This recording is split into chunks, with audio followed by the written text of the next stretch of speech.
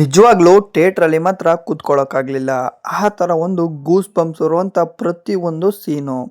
ನಂತರ ನಮ್ಮ ಕಥೆಯ ನಾಯಕ ಇಂಟ್ರೊಡಕ್ಷನ್ ಆದಮೇಲಂತೂ ಕೇಳೋಂಗೆ ಇಲ್ಲ. ಯಾವ ಥರ ಅಂತ ಹೇಳಿದ್ರೆ ಕೈ ಕಾಲೆಲ್ಲ ನಡುಗ್ ಬಂದ್ಬಿಡ್ತು. ಆ ಥರ ಒಂದು ದೊಡ್ಡ ಮಟ್ಟದಲ್ಲಿ ಗೂಸ್ ಬಂಪ್ಸ್ ಮತ್ತು ಒಂದು ಸೆನ್ಸೇಷನಲ್ ಕ್ರಿಯೇಟ್ ಮಾಡಿರುವಂಥ ಮೂವಿ. ಒಂದು ಕತೆ ಶುರುವಾದಂಥ ಸಂದರ್ಭದಲ್ಲಿ ನಮ್ಮ ಕಥೆಯ ನಾಯಕನ ಬಗ್ಗೆ ಎಲ್ಲೂ ಸಹ ಬಿಟ್ಕೊಡೋದಿಲ್ಲ ಮತ್ತು ಅವನ ಇಂಟ್ರೊಡಕ್ಷನು ಸಹ ಒಂದು ಸಿಂಪಲ್ ಆಗೇ ನಡೆಯುತ್ತೆ. ಇವನು ಬಂದಾದಮೇಲೆ ತುಂಬಾ ಒಂಥರ ದೊಡ್ಡ ಮಟ್ಟದಲ್ಲಿ ಎಲ್ಲರಿಗೂ ಸಹ ಮೈ ರೋಮಾಂಚನ ಆಗುತ್ತೆ ಅಂತಲೇ ಹೇಳ್ಬೋದು ಫ್ರೆಂಡ್ಸ್. ಕಾಂತಾರ ಚಾಪ್ಟರ್ 1 ಈ ಒಂದು ಮೂವಿಯ ಬಗ್ಗೆ ಕಂಪ್ಲೀಟ್ ಡೀಟೇಲ್ಸ್ ನೋಡೋಣ. ಅದಕ್ಕಿಂತ ಮುಂಚೆ ನಮ್ಮ ಚಾನಲ್ನ ಹೊಸದಾಗಿ ನೋಡ್ತಾ ಇದ್ದರೆ ಸಬ್ಸ್ಕ್ರೈಬ್ ಮಾಡಿಕೊಂಡು ಸಪೋರ್ಟ್ ಮಾಡಿ. ಎಸ್ ಫ್ರೆಂಡ್ಸ್, ಈ ಒಂದು ಮೂವಿ ಸ್ಟಾರ್ಟಿಂಗಲ್ಲೇ ಹೇಳಿದ್ರು ನಮಗೆ ಯಾವುದೇ ಒಂದು ದೊಡ್ಡ ಮಟ್ಟದಲ್ಲಿ ಒಂದು ಸಕ್ಸಸ್ಸನ್ನು ಪಡ್ಕೊಳ್ಳುತ್ತೆ ಅಂತ ಗೊತ್ತಿತ್ತು. ಅದೇನಕ್ಕಪ್ಪ ಅಂತ ಹೇಳಿದ್ರೆ ಆ ಥರ ಒಂದು ಚಾಪ್ಟರ್ 2 ನಮಗೆ ಮೈ ರೋಮಾಂಚನವನ್ನು ಮೂಡಿಸಿತ್ತು. ಅದೇ ಆ ಒಂದು ಚಾಪ್ಟರ್ 2 ಸಹ ಅದಕ್ಕಿಂತ ಒಂದು 3 ಪಟ್ಟು ಅಂತ ಹೇಳಿದ್ರು ಸಹ ತಪ್ಪಾಗೋದಿಲ್ಲ. ಆ ಥರ ಒಂದು ದೊಡ್ಡ ಮಟ್ಟದಲ್ಲಿ ಸಕ್ಸಸ್ ಪಡ್ಕೊಂಡಿರುವಂಥ ಚಾಪ್ಟರ್ 1. ಮೊದಲಿಗೆ ನಮ್ಮ ಕಥೆಯ ನಾಯಕಿಯಾಗಿ ಈ ಒಂದು ಮೂವಿಯಲ್ಲಿ ರುಕ್ಮಿಣಿ ವಸಂತ್ರವರು ಕಾಣಿಸ್ಕೋತಾರೆ. ನಂತರ ನಾಯಕನಾಗಿ ನಿಮ್ಗೆ ಗೊತ್ತಿರೋ ಹಾಗೆ ರಿಷಬ್ ಶೆಟ್ಟಿರವರು ಕಾಣಿಸ್ಕೋತಾರೆ ಫ್ರೆಂಡ್ಸ್. ಈ ಒಂದು ಮೂವಿಯ ಪಾಸಿಟಿವ್ಸ್ ಕಡೆ ಬರೋದಾದರೆ ಈ ಒಂದು ಮೂವಿಯ ಕತೆ ಅಂತಲೇ ಹೇಳ್ಬೋದು. ಪ್ರಮುಖ ಪ್ಲಾಟ್ ಕಡೆ ಬರೋಣ. ಆ್ಯಕ್ಚುಲಿ ನಮ್ಮ ಕಥೆಯ ನಾಯಕ ಈ ಒಂದು ಜಾಗದಲ್ಲಿ ಏನಕ್ಕೆ ಮಾಯ ಆಗಿದ್ರು ಮತ್ತು ಇದರ ಹಿಂದೆ ಇರುವಂಥ ದೊಡ್ಡ ದೊಡ್ಡ ಶಕ್ತಿಗಳೇನು, ಹಾಗೆ ಕದಂಬರ ಕೆಳಗಡೆ ಆಳ್ವಿಕೆ ಮಾಡ್ತಿರುವಂಥ ರಾಜರಿಗೆ ಈ ಒಂದು ಕಾಂತಾರದ ಮೇಲೆ ಏಕೆ ಒಲವು ಬಂತು, ಈ ಅಂಥದ್ದು ಈ ಒಂದು ಊರಲ್ಲಿ ಏನಿದೆ ಮತ್ತು ಈ ಒಂದು ಜಾಗನ ಕೊನೆ ತನಕನೂ ಸಹ ಪಡ್ಕೋತಾರ ಅಥವಾ ಇಲ್ವಾ ಅನ್ನೋದ ನೀವು ಈ ಒಂದು ಮೂವಿ ಮುಖಾಂತರ ನೋಡಬೇಕಾಗಿರುತ್ತೆ. ಪಾರ್ಟ್ 2 ಅಲ್ಲಿ ಅಷ್ಟೇ ಫ್ರೆಂಡ್ಸ್ ಒಂದು ದೊಡ್ಡ ಮಟ್ಟದಲ್ಲಿ ಸೆನ್ಸೇಷನಲ್ನ ಕ್ರಿಯೇಟ್ ಮಾಡಿತ್ತು. ಅದರಲ್ಲಿ ಸ್ವಲ್ಪ ಇಂಟನ್ನು ಕೊಟ್ಟಿತ್ತು ಅಂತಲೂ ಸಹ ಹೇಳ್ಬೋದು.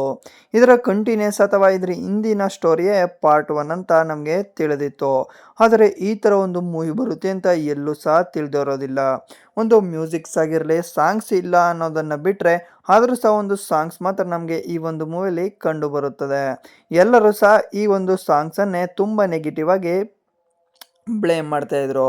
ಯಾವುದೇ ಒಂದು ಸಾಂಗ್ಸ್ ಇಲ್ಲ, ಕನ್ನಡ ಒಂದು ಮೂವಿ ಅಂತ ಹೇಳಿದ್ರೆ ಒಂದು ಸಾಂಗ್ಸ್ ಇರೋದು ತುಂಬಾ ಮುಖ್ಯ ಮತ್ತು ಅದು ಸಹ ಒಂದು ಒಳ್ಳೆಯ ಪಾಯಿಂಟಾಗಿ ಕಂಡು ಬರುತ್ತದೆ ಅಂತ ತಿಳಿಸ್ತಾ ಇದ್ರು.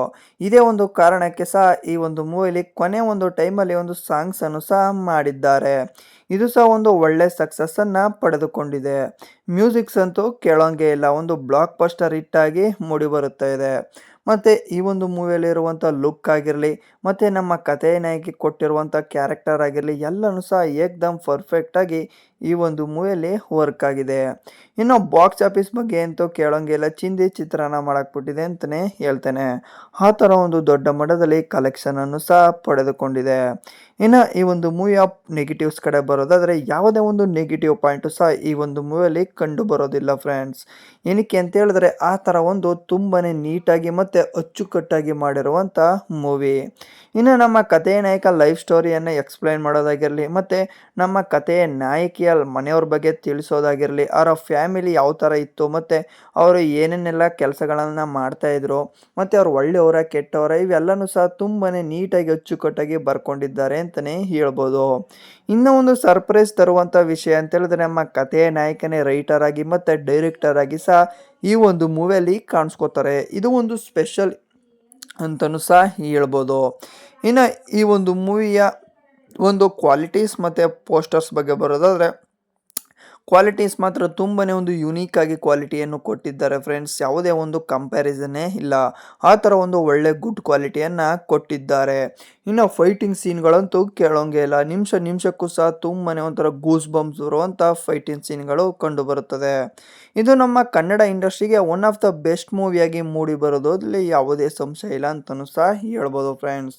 ನೀವೇನಾದರೂ ನೋಡಿಲ್ಲ ಅಂದರೆ ತುಂಬಾ ಒಂದು ಐಪ್ ಇರುವಂಥ ಮೂವಿ, ಅಷ್ಟೇ ಒಂದು ಕಂಟೆಂಟ್ಫುಲ್ ಆಗಿರುವಂಥ ಮೂವಿ. ಈ ಒಂದು ಮೂವಿಯನ್ನು ಖಂಡಿತ ಒಂದ್ಸಲಿ ವಿಸಿಟ್ ಮಾಡಿ ನೋಡಿ. ಮತ್ತು ಈ ಒಂದು ವಿಡಿಯೋ ಇಷ್ಟಾಗಿದ್ದರೆ ಒಂದು ಲೈಕ್ ಮಾಡಿಕೊಂಡು ಮತ್ತು ಈ ಒಂದು ಮೂವಿಯ ಅಭಿಪ್ರಾಯ ಬಗ್ಗೆ ನಿಮ್ಮ ಕಮೆಂಟ್ ಸೆಕ್ಷನಲ್ಲಿ ತಿಳಿಸಿ. Thanks for watching.